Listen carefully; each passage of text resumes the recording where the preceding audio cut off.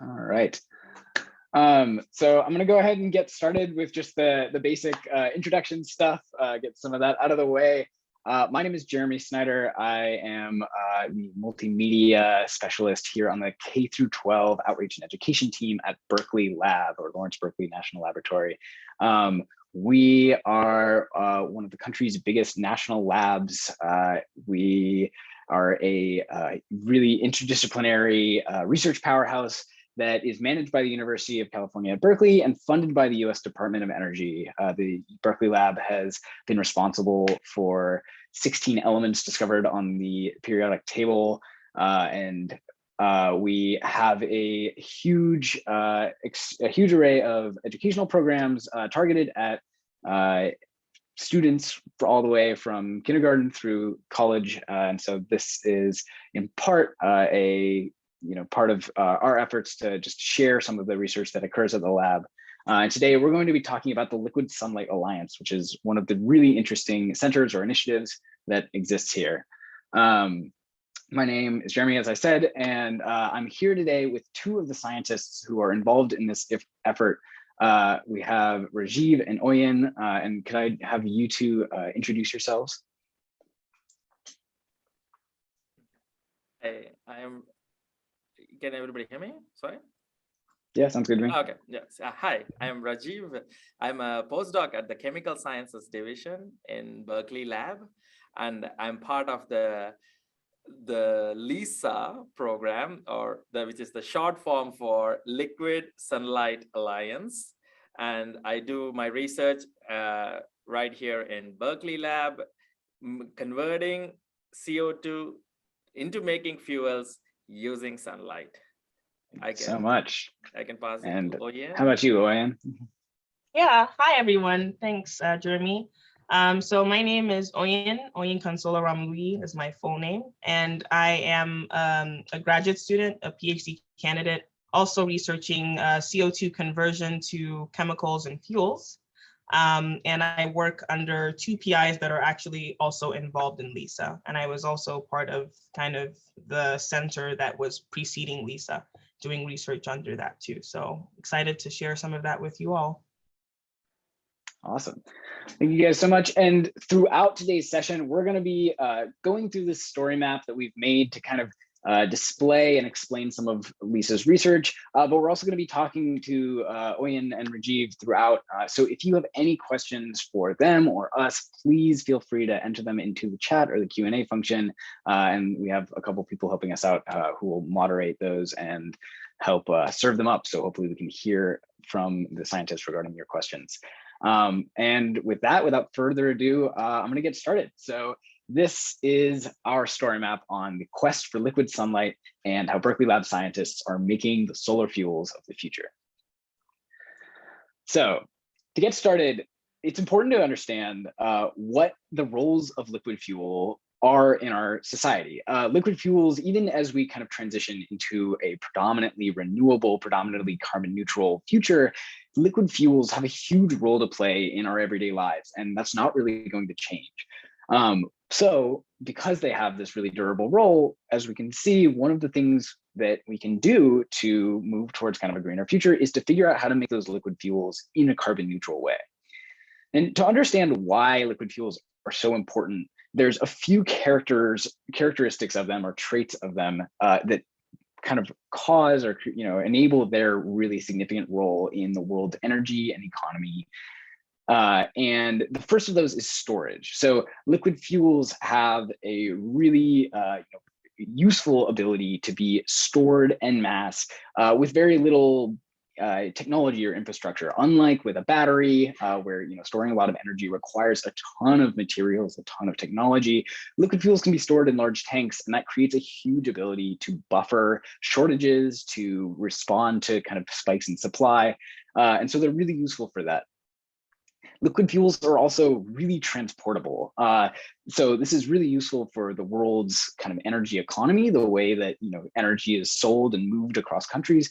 But it's something that I hadn't really thought about before learning about this subject, is that liquid fuels also have a really big role to play in the kind of future of renewable electricity generation. So renewable electricity, especially like wind and solar power, are kind of characteristically generated in like very specific spots. They're often best generated in places that have like a natural potential to generate them. So solar power might be best generated in deserts, wind power in mountain passes and offshore wind farms. And to get that electricity, that renewably generated electricity, into the other places that need to use it all over the country, you need to be able to transport it really effectively. And part of the problem with electricity transport is that if you're transporting it over power lines, it loses kind of power the farther it goes. So being able to transport electricity as a liquid fuel is actually a big part of kind of the future of even carbon neutral energy transport. Finally, you have energy density, which is basically just that liquid fuels are extremely energy dense, and there's really no alternative to them for applications like aviation, long-haul trucking.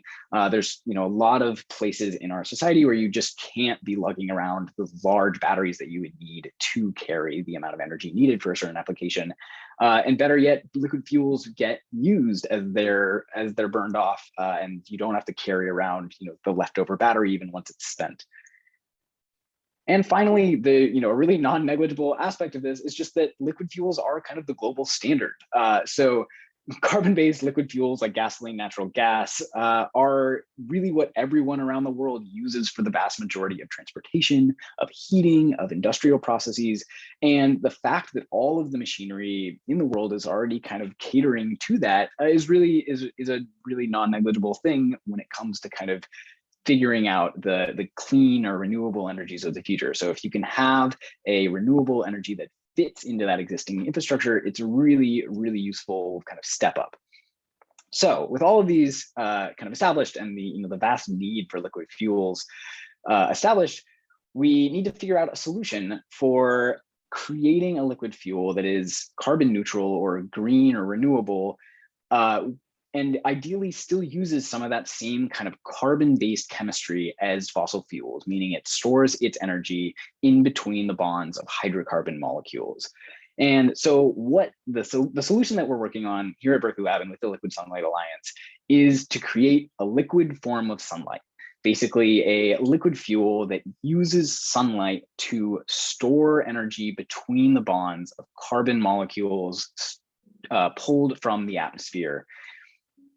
And doing this requires an influx of energy. This is where sunlight comes in, just like burning fuel to produce carbon dioxide, as you do in a car or any other application. Just as that creates energy, doing it in reverse requires energy. So turning inert neutral carbon dioxide into an energy-rich fuel requires an influx of energy, and that is why the resulting fuel can kind of be considered to be liquid sunlight, is because the energy in that fuel is basically just captured sunlight. If you can do this process effectively, you can create something of a carbon cycle with the fuel that you're making, because you're pulling carbon dioxide out of the air, you're turning it into a fuel, you're burning that fuel, and when you burn it, the carbon dioxide that is released is just released back into the atmosphere, and you're left with a carbon neutral solution to this, this massive need that we have for liquid fuels. Now, if this all sounds pretty familiar, this idea of turning carbon dioxide from the air into energy-rich compounds, that's because plants have been doing this exact process for hundreds of millions of years. And in fact, the carbon compounds that are in fossil fuels are derived from the exact same process. Plants pull carbon dioxide out of the air using the energy of the sun. And those energy-rich compounds are what are ultimately kind of compressed and condensed and transformed into the energy-rich fossil fuels that we use today. The problem with that is that when you burn fossil fuels, you're basically transporting carbon from an old atmosphere into today's atmosphere, and it represents a net gain. So if you were to replicate this process using today's atmosphere so that you can have that kind of ongoing carbon cycle, there's a few problems that you have to overcome. You have to figure out a way to imitate photosynthesis without any of the frills or the kind of slowness that plants have, and any of the extra machinery that plants use to kind of support their processes. And so doing this is the goal of the Liquid Sunlight Alliance. This is why this kind of alliance, this cooperative group between national labs, between academia was developed, is to figure out a way to do this on scale and to basically supply our liquid energy needs with a carbon neutral solution. So the Liquid Sunlight Alliance is basically a partnership of a bunch of different organizations across the Western United States. It's led by Caltech, the California Institute of Technology, and it's partners with Berkeley Lab, us, as well as a number of other national labs and universities, all kind of shown here on this map of the United States. And here at Berkeley Lab, we are doing a lot of work on developing some of the materials that enable this core reaction and turning them into the kind of early prototype devices that will ultimately actually do this reaction and produce liquid fuels from sunlight. So in place of enzymes, which are what plants use to carry out photosynthesis and run this process, the Liquid Sunlight Alliance is investigating catalysts, man-made materials that have the power to reduce the activation energy of a complicated or difficult reaction and make it easier and more energetically favorable. And crucially, they're working on photocatalysts, which use the energy of sunlight or light in general to help power those reactions.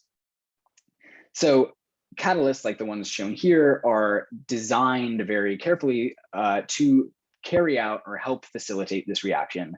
And that is what the researchers at Berkeley Lab and throughout LISA are kind of working on, is designing the right catalyst, and through a kind of a complex process of testing and iteration, arriving at a finished device which is capable of producing solid fuels. And now to talk a little bit about the actual chemistry involved here and what these catalysts are doing, I'm going to bring in Rajiv, who, as he mentioned, is one of the scientists who actually does this work in the lab. He is one of our staff scientists here at LISA. And Rajiv, can you tell us a little bit about how this reaction works and what we're actually doing here? Oh, thank you, Jeremy. It is really a very interesting description of our work and the motivation. So one of the niche ideas of LISA is we have a very nice approach wherein which we do a cascade reaction. So what is this cascade reaction? So basically you have your reactant, which is your CO2, going to your final product, which is ideally ethanol, through an intermediate step. So what is that intermediate step? Is we convert CO2, carbon dioxide, into carbon monoxide, the very poisonous stuff that comes out of your tailpipe sometime is what is the key intermediate step. So in the intermediate, so what we do is we convert the CO2 into carbon monoxide using a photocatalyst. So what does this photocatalyst do? It absorbs sunlight and it makes electrons. And these electrons react with the CO2 and the water. And through these, there are a few step reactions, which I will not go into detail, but it first goes from CO2 into CO. Then, next, Jeremy. Yep. Then we have CO, and that CO reacts again with the photocatalyst along with the electrons that are made from sunlight. So sunlight is what is your input energy here. And that converts it into fuels like ethanol, and also a very industrially relevant product, which is ethylene. So this is the main or one of the niche areas in which LISA is devoting its research. See this cascade reaction, CO2 into CO, and CO to making ethanol or ethylene. That is fascinating. And so the ethanol that is produced in this reaction is the exact same ethanol that you would see in like your gasoline when it says it's 10% ethanol or what have you, right? Yeah. Cool. So this is very much like a liquid fuel that is capable of kind of being directly shoehorned into our existing energy economy. Yes, it is one Really of the cool. liquid fuels. We do target other fuels also. That's awesome. And what is ethylene like? Is that another, or I guess, what are some of the end uses of ethylene, and why is it also a valuable product? I mean, it's basically the industry makes ethylene in a very energy intensive manner using, of course, fossil fuels and and it also requires a high temperature and a high pressure process. So just imagine if we can do all these reactions by photoelectrochemistry, just using sunlight without all these high temperatures and high pressures. That would be really reducing our carbon footprint on the planet. Really cool. So apart from just actually generating the solar fuels, there's also a lot of value in generating some of the compounds that we currently derive from petrochemicals that we could also generate through this process and save a lot of energy and fossil fuels in the process. Yes. That's really cool. Yeah. Awesome. Well, and then can you take us through, I guess, what becomes of these catalysts and what it is you're trying to build? Yeah, of course. Yeah. So this is one of the finished devices we have, but I will start from the basics. We will go through how we start with I think this. Yes. Yeah. So this is one of the assembly stations we have, and this is another testing station. But before we go into assembly and testing, first we have to think about what kind of catalyst that we want to make. So what guides us is theory. So we do theoretical and computational modeling to try to, because there are many different materials that you can make in this vast space of materials. Mm-hmm. So we cannot be going and trying out every single catalyst and then saying, oh, it works, doesn't work. It's going to take us a long time. So we work with our colleagues who are the theoreticians and computational scientists to guide us in designing catalysts which would potentially work for CO2 reduction. Next slide, please. And then once we design the catalyst, we apply it on a surface. Sometimes we have a material which can act as both the light absorber and the catalyst. And sometimes we have the light absorber separately, and then we add a catalyst onto that surface, as you can see from this video over here. Gotcha. And the next step, okay, we have the catalyst, but we want to know what is it like? Did we form what we wanted to make, or is it a totally different material? So we use this technique of X-ray photoelectron spectroscopy, in short called XPS, and do a surface analysis of the catalyst we have. So why do we do this before we make our devices? So we want to see, very importantly, is how stable are these catalysts? So we want to make catalysts which will run for a long time. We don't want it to be destroyed in a few days. So precisely, that's why we do surface analysis of the catalyst before testing. Then we go to testing, which yes, we assemble the catalyst using this cell, which is being shown over here. And then we test them in simulated sunlight, because we're not going, it is difficult to go to outside sun every day and test them. So we have a lamp which will simulate the sun spectrum. And then we look at what kind of, we subject the catalyst to sunlight, and we also flow CO2 into the system, and then see what kind of products are being made. Like, do we make ethanol? Do we make ethylene? If we make, how efficiently are we making? So that's what is happening in this stage of the process. That's really cool. And so these lights are basically simulated suns, right? Yes. So they match the spectrum of the sunlight, and then we try to bring it to one sun illumination, which is kind of what you will get at the middle of the day when the sun is at the highest. Mm. Can you do more than one sun's worth of illumination? Yes, exactly. That's super cool. That's one of my colleague is actually working on that. So we could actually put a big lens in front of it and concentrate the sunlight, and now you can get maybe 2 suns, 4 suns, and depending on your lens, you can actually even get 10 suns and higher than that. Wow. That's wild. So after we did our testing, we gather those liquid. We also look at the gas products. Ethylene is a gas, but since we are LISA, liquid sunlight, we are interested in what kind of liquid products we make. So then we gather these liquid products, and then we have our fancy NMR machine, which is nuclear magnetic resonance spectroscopy. There you can see the liquid in a vial, and then we use NMR spectroscopy to identify what are the liquid products that are made. So we have actually, there is, if you could see in that picture, I have a list of all the liquid products that could be made. So we just try to identify what are the liquid products that are made and how much. We also quantify. Then we know how efficiently we are doing this process or not. Next.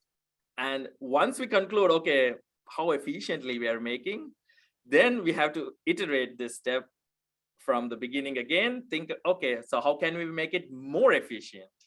So we again go back to the first step and then go through this process again. So we will be doing this until we can hit a significant efficiency in our devices. That's awesome. And what is done with, I guess, all of the conclusions or the learnings that you arrive at? So, but at the end, we first look at, okay, how much are the products we are making? So you with CO2 reduction, you make a lot of different products. You make like even hydrogen. You make some amount of CO, carbon monoxide, you make ethanol, ethylene. It's like first thing we want to know is what is the product distribution of all these. Then we also look at what has happened to your catalyst after all these reactions. Has it been destroyed? Has the surface been changed to something else? Which is what we use XPS technique to identify how the surface has changed. That gives us clue as to how we can actually, that gives us clue like what we can do to prevent it from degrading in the next step. So then we also think about the degradation mechanism. So we want efficient and also stable catalysts. And then the end result is that you're basically running through all of these kind of trial assembled devices and figuring out ultimately like what works and what doesn't. And how does that, I guess, tell us a little more about like what the end game is, or like what role that the research happening at Berkeley Lab plays in the kind of broader development of these technologies? Yes, exactly. So all the fundamental science that we are developing at Berkeley Lab will eventually be translated into a larger scale application device. So that's why as part of the LISA project, which is not only Berkeley Lab, we have collaborations with other institutions also that help us to bring these. As I told you, selectivity, efficiency, and stability. So these are all important parameters when we want to think about large scale applications. We want to put our catalyst on the desert or somewhere where which you have a lot of sunlight and you can just be producing liquid fuels from there. So all the fundamental science that we develop will slowly kind of translate into more applied research. And I'm pretty sure the lab also provides us with a lab, as in Berkeley Lab. So they also provide us with knowledge on how you could actually commercialize the technology, like startups and maybe work with and also collaborate with the industry, as I think we'll discuss more in later. Yeah. Cool, yeah. Mm. And here, I guess I have another question, and this could be for both you and Oyen. What is it like to work at a national lab? And I guess, how is that different from some of the other places that people do research? Oh yeah, the working. So I can give my own personal experience, which Sure. I had, which is like, I did work in a university environment before I came to the national lab here. And in the university environment, it's more like you have certain groups, and we have one lab or a couple of labs which are associated with that group. But that's not the case in national lab. We are all in the same team. That entire building has one mission, one goal towards developing liquid fuels from sunlight. So it's team science over here. So we have a lot of the collaborative environment offered by the national lab, and the facilities that are provided at the national lab, I would, from my personal experience, far exceeds when compared to working in one group within really a cool. research group in the university or in an academic setting. Oh, and what has your experience been, or how do you feel like it's different, or what's the value of a national lab working there? Yeah, so because I'm still doing my own doctoral work and I'm rounding that up, I'm actually doing both the national lab work and the academic university work at the same time. And I can tell you, I do feel the great benefit, not just in funding and expertise, easily accessible expertise, by having this project be funded by this national lab network. You can also contact people from other national labs, other institutions more easily. They have partnerships that have been made in years before. There are user facilities, like Rajiv rightly said, that you can pick people's brains on, so you don't have to do a lot of the groundwork yourself. There's so much brain power concentrated in this kind of collaborative atmosphere. And it's the same for university, but I do agree with Rajiv that it might be a bit more siloed. In the national lab, you are really all hands on deck on big world-changing problems. And I think it's one of the better places to address this. That's really cool. Here, I have a couple questions coming in from the audience that I'd love to take a moment to ask one or both of you. The first one was, can we use titanium dioxide for any of the catalysts that we're looking at here? Like, does that catalyst do what we're trying to do here at LISA? Yeah, actually, that's a good question. Titanium dioxide is, very cheap and very abundant. It's on your paints and in sunscreen, but it has a couple of disadvantages as to why we are not focusing on titanium dioxide. Is because it has a wide band gap. Okay, well, what does wide band gap mean? It means that it can absorb only a very small part of the sun spectrum. It absorbs 380 nanometers and below that, which is like only the UV part of the sunlight. So that's why we use why it's useful in sunscreen. That's why it's in sunscreen, yes, exactly. So the efficiency of that would be very less. So interesting. The photocatalyst that we are developing can absorb much wider part of the sun's spectrum. Super cool. So that would ideally be better than titanium dioxide. Really interesting. So if you can find the right photocatalyst, ideally you can take advantage of a much wider range of really the colors in sunlight, and that allows it to be more energy efficient. Yes. Cool. Oyen, I have a question for you. So since carbon monoxide, which is obviously one of the molecules that we're trying to make, that we kind of showed as a precursor in that other diagram, because carbon monoxide is poisonous, is that a risk in kind of developing or scaling this technology? Is there any actual health hazards?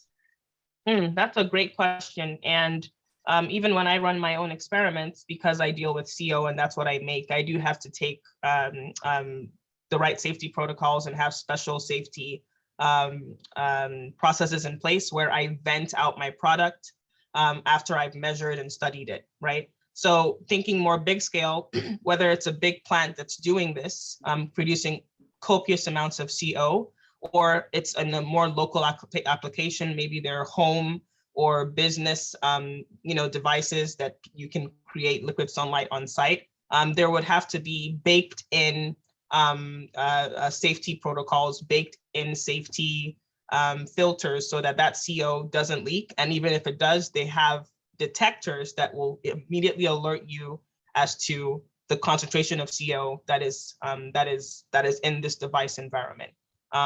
I do believe that that's a good problem to have, because at that point, that means we are making so much fuel that it's a health risk. That would be an excellent problem to have. And at that point, I do not doubt the ability of the science community and the engineering community to also come up with the appropriate safety protocols that would surround that device. That's really interesting. Yeah, I mean, it seems, I mean, at the end of the day, like the whole process is to generate fuels. So if you're, if you're producing that quantity, ideally, there's quite a few systems in place to handle all of the flammable and potentially dangerous things you're producing. I guess on that subject, how much fuel are we talking about? What's the kind of efficiency or production magnitude of some of these devices or these technologies? I can go ahead and Rajiv can chime in. Yeah, in my work, which I'm going to talk about shortly, as Jeremy would probably segue into, we have certain metrics that we use to describe, the efficiency of some of these devices. Some of them are current density. So think of just current, electric current. How many electrons are flowing through a certain area at a certain time? And that's a very important metric because it tells us how efficient this device or this system is. So we want that number to be really, really high. Think of above 200 milliamps to 1 amp per cm squared. So that's a lot of current going through just kind of the small catalyst areas you've been seeing. So that's one metric, and that would allow for commercial viability. There have been studies that have proven that. There's also, like Rajiv has mentioned, selectivity. You want to make fuels in high amounts. You want to get more of what the products that you're looking for and less of the ones you don't want. So hydrogen is something that we are not really focusing on. So we want that in low selectivity, but we want ethylene, ethanol, carbon monoxide in high selectivity. And a number that is usually the benchmark is we want anything above 90% Faraday efficiency. So that's like 90% selectivity. And there are other metrics, like energy efficiency, voltage efficiency, and that just speaks to, I want to put in as little energy as possible, but get the most power out. So we have a bunch of different, lingua around how to measure how well we're doing. Super interesting. Okay, yeah, I mean, as you alluded to, I would love to pick your brain a little bit about what some of the alternatives, or I guess the kind of parallel technologies that we're also looking at, because I know that is really your wheelhouse. Can you tell us a little bit about, I guess, what some of the plan Bs are, or plan As just kind of that are being co-developed with this liquid sunlight technology? Oh, I'll be very happy to. Yes, it's very important to bake in robustness into this kind of large scale project, because you won't really have a silver bullet. There's not going to be one solution or one just one catch-all thing that will solve all of our energy and climate change problems. You kind of have to have a multifaceted approach, because a lot of these CO2 generation sites are also multifaceted. They come from cars, they come from industrial waste streams, they come from big and small sources. So when we talk about alternatives, we're also thinking about, what if direct sunlight isn't available? What if direct sunlight isn't going to give us that big copious amount of fuel or chemical or material that we're looking for that application? So this is where we enter into the dark side of liquid sunlight. And so you had that up your sleeve. Yeah, that was yeah, not on purpose. But the dark side is just referring to the fact that answering that question, what if we don't have the sun shining? What if we don't, what if the sun shining just isn't enough? Because we're talking about potentially feeding in these liquid fuels or these fuels into processes that, churn out tons and tons of material, tons and tons of ethanol per second. So you kind of have to think bigger scale, and you want to account for, that. And one way we do dark reactions is, instead of getting the electrons from that photocatalyst reaction with sunlight, you get the electrons directly from electricity. But what kind of electricity? It has to be renewable electricity. So we're not gonna, walk back and kind of go backwards. We're going to still make what we need in terms of our chemistry, our chemical needs, materials needs, but we're going to get the electrons from solar and wind sources. Interesting. So effectively, you should be able to just plug in a device that's shown here, the one I work with, into, let's say, an outlet or a potentiostat, something that provides a current or provides a voltage, and run this similar reactions to what Rajiv was talking about and get your products out. In my case, the device that has been proven over the past few years to do dark reactions really well, as you can see, it's not transparent, right? There's no sun involved here. So we have more leeway to kind of play with what kind of materials we're using, inorganic or organic materials. And we're doing this so that, we get the biggest bang for our buck. And we also make it very compact so we can stack it in parallel and add on the efficiencies. So it's a really nice, robust system. It's called a membrane electrode assembly. And it's what's used in fuel cell fields to even make hydrogen. It's what's used in a bunch of other older, kind of more established electrochemical devices because of its high stackability, robustness, stability, and very good efficiency.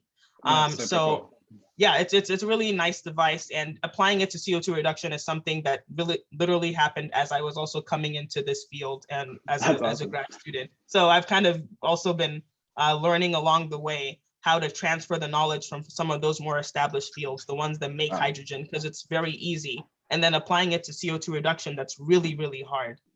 So that's the name of the device. It's literally a sandwich, an electrochemical sandwich. You have, plates that conduct electricity. You heat it up because temperature is also very important here. There's so many factors and knobs you can turn, but you have these plates that you can tune. And then you have gas channels that allow the CO2 to flow in and the products to flow out. And then you have a membrane at the very center so that the ions that are being produced are also being able to go to the other side. And you make a sandwich of the cathode and the anode electrodes. So you have a sandwich of electrodes. The membrane is in between. It's like a polymer. So it literally is like a paper thin sandwich that we're making here. And then you put the hardware on top of all of that, connect it to the potentiostat and the circuitry, flow the gases, and do some very interesting experiments to see how far this system can go. How much can we make? How selective and efficient can we be? Wow. So at the end of the day, it's a very similar process to what Rajiv is doing, except instead of shining light on it, you're just getting that same energy from electricity that's pumped in, and that gives you a whole lot of flexibility in terms of scaling. That's really cool. And so we had this question in the chat, what catalysts have you figured is the best? Like, is there a single answer to that, or does it change? Oh, that's a trick question. I was just about to say, yes, the answer to that question is there is no single catalyst. It only depends on what you want it to be, because certain catalysts can actually make certain products. And for instance, what I work with is silver. You would think silver is just a noble metal. It's pretty. You use it for ornamental purposes. But no, a lot of these noble metals are really good at actually converting CO2 to something. So silver is well known and has been proven to actually make carbon monoxide really well. So when you have a silver catalyst, you can get a mixture of that carbon monoxide and hydrogen, because hydrogen is a reaction that happens regardless. It's so simple to do. When you apply a current, it just comes along for the ride, right? So you have silver that can make this CO hydrogen mix, which is famously called syngas. And that's a very important feedstock that allows industries to make even higher level hydrocarbons and just add on bonds and CH bonds that can make more complex things and lead to materials like plastics and gasoline and other more complex kind of feedstocks. So it's really silver is really important for this. Gold does the same reaction as well, but it has a different activity. That's awesome. So you've mentioned a couple of times hydrogen, and just to kind of finish what the material we have, hydrogen is one thing that I know is kind of like another one of the alternative pathways being investigated. Can you tell us a little bit about just why we're looking into hydrogen, what some of the processes there are? Yes. So as I alluded to before, hydrogen is a really simple reaction compared to CO2. CO2 is more stable. It doesn't like to budge. Hydrogen is really was one of the simplest bonds in the universe, right? So making it from water is something that has been done for not a century, but almost a century, but for decades now. And so the science there has been really almost perfected, where you're getting to a point you're hearing more about hydrogen economy, hydrogen cars, hydrogen buses, because that technology has matured and people have been investigating it for decades. And so hydrogen is also coincidentally or not coincidentally, what the other part of the research group I'm part of works on really well. So they have a bunch of projects and grad students and postdocs working on how to even make that more efficient, how they can apply it to different applications. And so as I alluded to before as well, they use that same cell that I showed you, that membrane electrode assembly, that sandwich, because that has come from decades of research optimizing how to make hydrogen really well by splitting water. Now I'm applying it to CO2. And there are different colors of hydrogen as well that you'll hear about: the green, the blue, the gray. Green is effectively what we're doing. If you make hydrogen by splitting water via electrolysis from renewable resources, it's called green hydrogen. If you do make hydrogen in any other way, but you kind of siphon out the CO2 that comes out of the process and you store it or sequester it, it's blue hydrogen. But what we have been using for this entire time is gray hydrogen, and that comes from steam methane reforming, and that's a very, very intense thermally and pressure intensive process. And so we're trying to transition away from making hydrogen that way to more green ways of doing it. Wow, so we're all in the past, right. That's cool. So even though hydrogen itself is kind of a clean fuel, in the past we've often been making it using fossil fuels, so it's not that clean. So if we can figure out some of these kind of photocatalytic methods, then it's much cleaner from start to finish. That's really cool. Yeah. So I guess, to bring it kind of back to the whole question, or the whole view of like liquid sunlight, your dark catalysis reactions, hydrogen, what are the major hurdles that we're still clearing? Like, this is a question from the audience, what is the tough part now? Just settling on the right catalyst and, kind of figuring out the right matches between like, okay, if we want to produce this thing, we have this catalyst, or is it something else? Like, what are the tough parts now? That's a good question. And I'll say it's a tough problem because it's more existential and urgent than, let's say, even 10 years ago. So this field has to ramp up in maturity because of how big the decarbonization problem is. So we can't just settle for what's the best catalyst for which application, since there's several different applications. Copper can make so many different things. Zinc can make something else. But the tough part is figuring the fundamental science out while also optimizing it so that we can commercialize it as soon as possible. Because we want to be able to deploy this technology into the world and into industries sooner rather than later, 2030 at the latest or earliest, depending on what readiness level. But trying to figure out the source of the materials and the efficiency, selectivity, stability, and the current density, like Rajiv said. But even bigger, because now we're getting closer to worldwide application, there are many people doing economic analyses on like how much are the raw materials actually going to cost. Now silver is not, you don't find silver on the street. So how much is this actually going to cost, and how do those costs propagate? Also, more social questions, where are you getting these things from? Where are they mined from? Is there a policy balance and an economic balance that can mesh well with the device and the research we've done? So people are working all hands on deck all over the place on this. That's so cool. So the scale is so big, and I guess the need is so urgent that the tough part is really, there's a lot of tough parts, from figuring out your economic design to your industrial. So I guess on that subject, obviously Berkeley Lab, and we talked about this earlier, Berkeley Lab, national labs, academia are all really good at this, this process of like figuring out new knowledge, kind of doing the really basic grunt work of like, thinking up a new thing, testing out the very basic versions of it. How does this go from this like really early stage development to like a really polished kind of scalable industrial design? What is that process like? Oh. Go ahead, Roger. For either of you, yeah. Okay. Yeah. So the question is how we are approaching it to make it a large scale or industrial processing. Is that, if I understood it correctly? Yeah, and like how does the technology make the leap from something at Berkeley Lab to something in industry or like a company?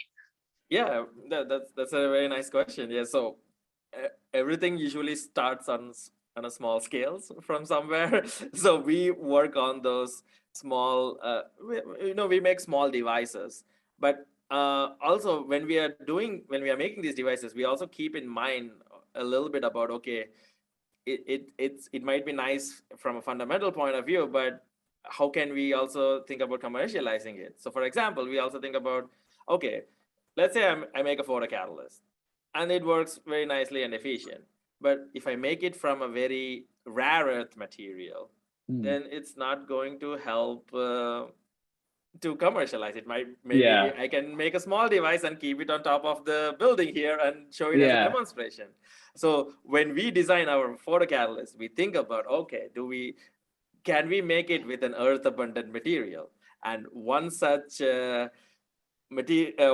catalyst which we are so lucky to have is copper, because it is much cheaper than gold or silver, and it actually gives us the liquid fuels like ethanol. So right up, we are trying to understand all the fundamentals, how the reaction happens on copper, and then we can actually kind of try to mimic them in other materials, so that we could make with the light absorber, for example. That's cool. And then you could then you can try to integrate it with a solar cell or something like that. Cool. So that would actually bring it closer to the industrialization. So a big part of this is like figuring out, just hammering down the processes that can be produced with like really cost effective or like easy to mine, easy to find materials, so that when it comes time to industrialize it, it's easy. You're not dealing with a really uphill battle. That's cool. Oyen, can you tell us a little bit about, I know within Berkeley Lab, there are some established pathways to actually like spin off and kind of create companies, or, at least help the transition into industry. Can you tell us anything about that? Yeah. And I can tell you, because my research is more on the applied side, in the sense that I do apply the fundamentals that have been learned in the field years before, and work that people like Rajiv are working on, and then I put it into that very efficient device and scale it up, because that's like the precursor to scaling. You would want to stack that and then explode. And there's a very interesting case of that, because just a few years ago, or depending on how time goes for you, but Berkeley Lab actually does have innovation hubs where one very interestingly successful CO2 transformation company called 12 birthed out of. It was called Opus 12 before, but now it's 12. And that came from kind of like, I think the funding system was called Cyclotron Road. You have this incubator of different startup founders thinking and iterating on how to take the bench work that they did their doctoral work on to scale. And that company is doing some really interesting and amazing things on CO2 transformation to chemicals and materials. And Berkeley Lab kind of does that yearly, so that this problem is attacked from both the government lab standpoint, an academic standpoint, industrial standpoint, and startup VC standpoint. We need all hands on deck. Yeah. Interesting. So because some of that final stage development is kind of better done in the private sector, like part of Berkeley Lab's approach to this is actually to help stand up those companies and help get them rolling. That's really cool. Yeah. We have another question from the chat, which is, why is it called liquid sunlight, and how can light be liquid? I'll leave that for either. That's really funny. That's really funny. So like, I think I was not involved in the naming of the institution. It's not my fault. But still, I think it's more like related to like, we are making liquid products from sunlight. So just I assume that just for for having a nice catchy name, they use That's awesome. I don't know. I think it's cool though too that in a sense that liquid sunlight is, the sun's energy, and that the fuels that you're making very much do contain that energy in their molecular bonds. Like that, I think is a real sense in which it's liquid sunlight, because you're creating a fuel that, when that fuel is burned and that heat is released, like that heat is the energy of the sun. It's, it's just repurposed and repackaged. Let's see, we have one more, which is, I guess, just like, what is the timetable on which this kind of technology actually comes to market? That's a very good question, because, and I think Rajiv can also speak on this, since he does a lot more of the basic science, fundamental science. I do a bit more of the applied, which is supposed to be the precursor to scale up. And the pessimistic question is no one really knows, but the optimistic part is that, this is not the first time people have banded together, scientists, government, politicians, and funding agencies to solve a problem. Usually when human beings want to do something really quickly, they do it. And I've seen from historical kind of reference, I would say 5 to 10 years. And there are different ways of naming how ready a technology is. There are technology readiness levels. I would say what this field is, liquid sunlight, CO2 reduction, is probably more level 1 or 2. It's not like we just invented it and we just invented it yesterday. People have been working on this for at least 2 or 3 decades. So it's probably 1, 2, or 3 in that ballpark, depending on what reaction you're doing, what product you're making. It's very easy to make syngas relative to ethanol and ethylene. But getting it to like really high deployment level, I think, is TLDR 5. We're already doing that concurrently. So that's what I was alluding to. A lot of us are working on the big and the small questions at the same time, because we do not have consecutive years to just spend on this. So we have people that are doing pilot plants. We have startups coming up in more and more capacity. I think there's another startup aside from 12 that's come up that's trying to do this as well. There's kind of this critical mass that's been reached so that we can spring forth and attack it from all different angles. So I would say, as a human being, I would wait for 5-10 years, just because the work that's been done even in the last 2 has been very, very, very phenomenal. Just the last 2 years, I've seen an explosion in data and research publications. So I would give it 5 to 10 years, and I would say watch it and see how it impresses you. I guess on that subject, another question from the chat, like, is this technology poised to meaningfully help with global warming? Yes, Rajiv, the short answer is yes. Like we are, that is one of our motivations while we design the project. Like, how can we address this issue of pumping CO2 into the atmosphere from fossil fuels, and can we use that useless CO2 and make something useful out of it, which is what we try to do with LISA project. That's awesome. And and if you can make fuels, and if you can substitute energy intensive chemical production, which is consuming a lot of this energy, and if you can replace it with a greener renewable method, that's also will also mitigate our global warming problems. On that subject, go ahead. Yeah, just to jump in there as well, Rajiv, like imagine when we also get direct air capture up and going, which is getting more and more attention, where you can literally take CO2 from the atmosphere and put it into systems like these. You've changed the game forever. You literally have created gold from air. And that's like the holy grail process. So we're working on one part of it, and then direct air capture will be really essential. And that's different research, but it's also ongoing as well. Cool. So like, because a lot of this work is being done with like piping CO2 out of a tank now, if you can get to the place where you can pull that CO2 directly out of the atmosphere, that's where it really takes off. That's cool.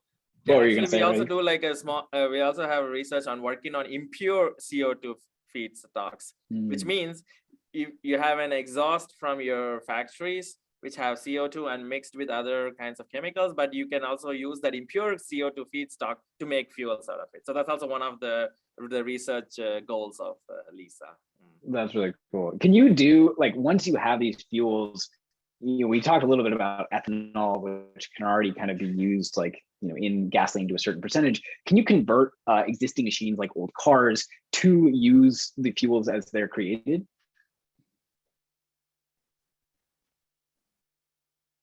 That's actually an interesting question. So the question is, can you, like, the actual, like, hardware in a car, is it possible for that car to take sunlight or electrons and actually make fuel within it? I would think I was interpreting it more as, like, the fuel that we're producing, ethanol, say, Yeah. is it possible to retrofit a substantial number of your average, Toyota Camry or whatever to take straight ethanol, or is there always going to be, like, this need for kind of a certain portion of gasoline, or same for space flight or aviation or whatever? Like, to what extent is this going to require new machinery, new technology, versus just be able to slot into our existing infrastructure? Oh, that's a great question, and I think that's part of where the research I'm doing and others like it, where we are dealing with those compact devices, is supposed to actually fit in. We want to kind of rock the boat really well, but also with minimal effort. So putting in a plug and chug is actually the goal here. When you have a device that can slide in to literally replace a piece of hardware or a piece of a car or any other mobile device, whether it's a kind of NASA rover or something, and you just insert it where the combustion engine would have been. That really is the goal here. That's why we're making them smaller. We want to make them more efficient, more dynamic, and get the science really well, so that people can just replicate the science in whatever shape or application they deem fit. But I think the short answer is, like, yes, we're making it so that it's very versatile. Yeah, that's so cool. Well, I wish I had numerous more hours to talk to you guys about this, because it really is a fascinating subject to me. But we are almost out of time. I want to thank everyone so much for coming and providing us all these excellent questions. I put the link to the StoryMap in the chat at the very beginning. I'm going to send it one more time. As all of you, I'm sure, noticed, we were kind of skimming through it today because we had the privilege of having the actual scientists here to talk to you. But if you're interested in the subject, I encourage you to go back and check it out for yourself, because I think there's a lot of interesting stuff there, and we put a lot of resources to learn more about these subjects for if you're interested at the bottom. And I hope you all will stay tuned for more of the work that's coming out of Berkeley Lab, and especially our work with K-12 education, because there's a lot of cool stuff and we get a lot of awesome chances to talk to scientists like these. So thank you all so much. Thank you again, Oyen and Rajiv. You have been wonderful, and I really appreciate it.